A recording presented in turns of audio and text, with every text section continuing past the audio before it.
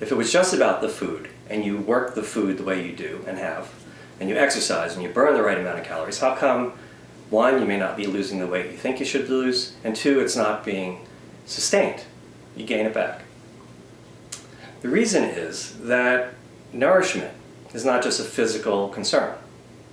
When we think of food as the only source of nourishment, or we've learned and been adapted to use food for that way, everything becomes a comfort food. When we're emotionally hungry, when we're spiritually hungry, food, ice cream, juicy things, salty, sweet, fatty, these become the ways that we fulfill those cravings. The brain doesn't distinguish between the emotional hunger, the spiritual hunger, and the physical hunger. Most of you know this. You're not eating as much as you do because your body needs more calories. There's something else driving this. And that's why the slow medicine approach to weight loss and sustainable weight management incorporates feeding the emotions and feeding the spirit.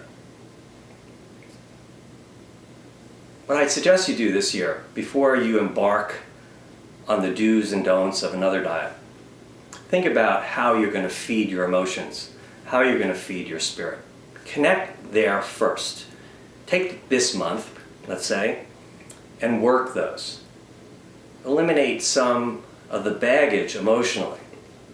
Do what you can to eliminate toxic relationships, or at least spend less time involved with them. Write, do exercises that release some of the emotions that are pent up. Connect to the natural world. Get outside, take a walk, breathe. Think about your life's purpose. Find communities that help you fulfill your life's purpose, to doing something meaningful to help others, to serve your community, to serve the natural world, to serve the divine. Spend a little bit more time each day, instead of thinking about the diet or reading the next diet book just yet. Use that time now to feed your emotions, to feed your spirit. Eventually, as you may find that you're in a little bit better balance that way, you may notice that your cravings for food diminish. When you sense that, that's the time to begin, again, to control what it is you're putting in your body. But by then, your mental, emotional, and spiritual state may be serving you in support this way. In other words, you may not only feel less hungry and craving for the physical, but you may feel better about yourself. So when it comes to looking at food and putting different foods into that body, that now you may actually appreciate more. You like yourself more. You realize you've got more power, more beauty, more value. It's easier to pick the foods that are more wholesome. Think about going to markets where the farmers are there. Think about the people involved.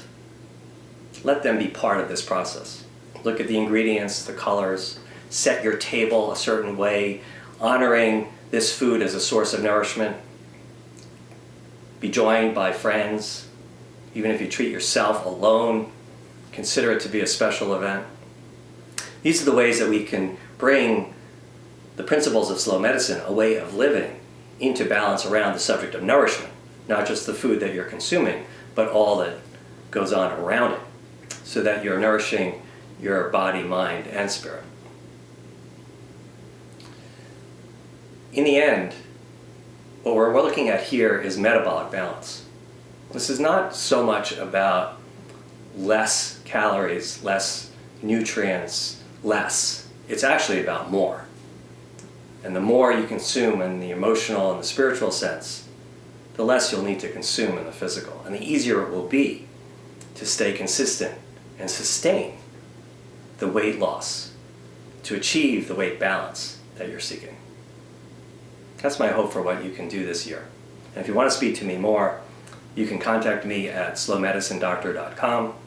You can go onto the website. We'll have a seminar in a few weeks where there'll be open lines to talk about this subject. You can join me there and find out more information on that website, slowmedicinedoctor.com. Until then, I wish you well. Feed your emotions, the good heart that's within you, the spiritual connections that you have to the natural world, the vast universe around us, and all the beauty that's there. Be part of that beauty. And I hope this year is the best one yet.